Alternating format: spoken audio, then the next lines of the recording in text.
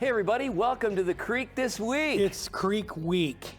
Which is when we talk about all things top of mind at Allen Creek Community Church. Top of mind. And this is, what is top of mind? Top of the morning to you, because it's March. And we'll be, wow, no? That's good. That's quality good. work. That's quality segueing right there. Yeah. So we're in March now, everybody, and brand new series is upon us, yes. Dan.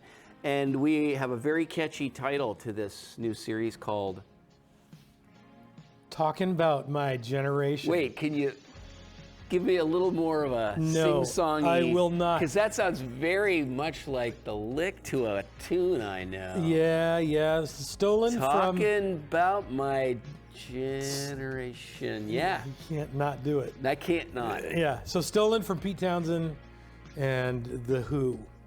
Yeah. I couldn't have guessed that. So thank you for the music trivia there. I could have given you the line of the music, the song, but could not have guessed. So what are we talking about? Generations, Dan. Well, what do you mean? Okay, well, here's the thing. Explain to us, It's Rick. become part of just a cultural ethos that we understand that different generations have different characteristics. And we've even given them catchy names, Dan. For example? For example, baby boomers, the most famous generation. Why? Why are they most famous, Dan? Well, there's most of them. They're the most numerous. There's lots of them. Hence the name boom, as in there was a massive baby boom right after World War II, and so then for the next 15 years or so, there's a cadre of babies that turn into a generation and have very specific traits from that era. Their parents, called the Silents, which are mostly the generation that went through the Great Depression and World War II. Then the boomers had children, and the next generation after that, Gen X.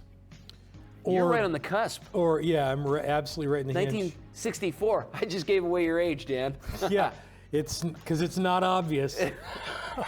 Yeah, 1964. So here's what I'm curious. Yeah, the baby busters, right? The baby busters. If you look at the curve, there's the big boom, and then boom, there's a bust. Yeah, they just stopped it. We showed up and they said, yeah. Well, and really what it is the boomer said, we're the pinnacle of civilization. There's no need to have babies from here on out. So. Well, and also their parents were aging out. They weren't quite in the procreation mode yet. That's right. Right, and our parents were kind of done. Exactly. There's inevitably a gap there. But here's what I'm getting, right, and we move on from there. Let's keep naming them. Yeah, so I think, right after the Xers, millennials, Then we have millennials. Why are they called the millennials? Well, because they came of age in right at the 2000. In 2000, yeah, right at the millennium, or changes. just before. So that generation ends right basically 1996. And again, these are arbitrary people have cutoff legit fist fights over this. They really do, which is crazy.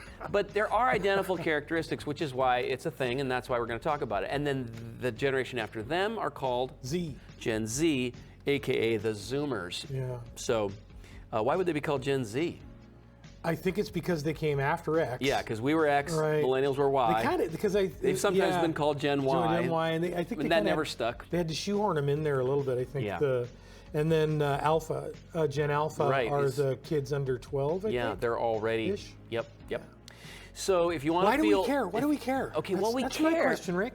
Here's why we care, because and we're gonna have a theme verse from the Bible for this month. That's going to be all about taking the mighty things and the great acts of God and teaching them to the next generation. It's a beautiful line from Psalm 73. So don't quote me on that. We're going to correct that in the comments. We'll have a little correction there in the comments. But don't send in mail. It's a beautiful psalm talking about how God has done mighty acts, and it's kind of the responsibility of every generation to pass on what God has done. So it's going to be a series twofold, Dan. It's going to be a series about it's going to climax with the end talking about the next generation, that it's our responsibility to raise up to understand the beauty, the truth, and the goodness of the way of Jesus. But it's going to have a lot of peacemaking, a lot of unity type of discussion as we first of all have an outlay of what these different generations are like. We're going to have a representative from each of them. That's going to be a lot of fun. First week, you don't want to miss that. We're going to have a rep from 5 generations that are currently active in the church right now. Silents, Boomers, Xers, Millennials, Zoomers, and Gen Alpha, they're there, but we'll only talk about them in the last week. So 5 generations interacting in the church, and there's a lot of different ways they handle money, work, relationships, sex, conflict, all the things. How they're processing just Christianity in general, what strengths they brought to the church, what weaknesses they brought to the church. And I think a really frank discussion will be fun. I mean, it'll just be fun because sometimes it's fun to caricature ourselves. Caricatures are fun because I don't know, they're funny. I don't know, it's just because they're true. Because they're true. Because they're kind of true. Yeah. And it makes it a little less stingy. Yeah, when you kind of wrap it in humor. Exactly. So we'll poke fun at each other a little bit. We'll have some cross-generational inputs, and I think that will be really one of the cool things is we'll learn from each other, and that can be great both ways. I think you obviously look back, you say I should learn from my elders. That's cool and obvious maybe, but I think there's something that sometimes the elder generations, silence boomers, Xers, look at the next generations coming up and are threatened by them, and for good reason, because millennials are off the rails, man. Everybody agrees they're the worst. No, I'm kidding. I'm joking. But yeah, sometimes you feel that threat of, they do things different. And but there's something to learn. It's like, wait a minute, there's a strength being brought to the way of Jesus by a next generation that, in some sense, some of that's formed by their challenges. Some of that's formed by the baggage that we gave them. Yeah. So that's the conversation for the month of March. And this would be a really good opportunity, right? We talk about inviting somebody that you know. So think about somebody across a generational line. So let's say you're an Xer or a Boomer, and man, there's a millennial in your life. It's like, let's go to this together. Yeah. And let's talk about this. And maybe you're a Zoomer, and you just get so annoyed by Grandpa. Boomer. Yeah, okay, Boomer. We'll bring him here. And there's going to be, opportunity for dialogue, and it could be a good learning experience for all of us. Yeah. So you're an Xer. Yeah. You're like a solid Xer, right? 67. Right there at the, exactly. But it's 67 was Summer of Love when the Boomers were at the height of their. Summer of Love. 69 was the Summer of Love? Yes. Okay. Dang, my history is all wrong.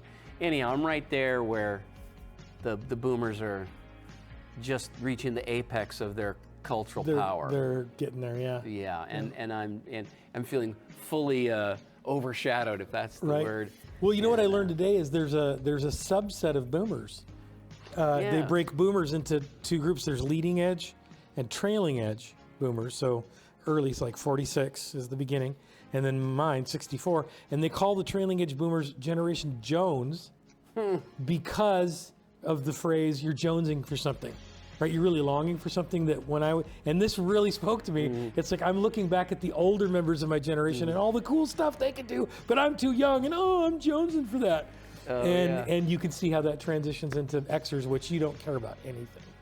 You're so miserable, Xers. Yeah. Oh, and so much smarter and we're just put out by stuff. We're looking at the excesses of the Boomers, and they're the last generation to drink from a garden hose.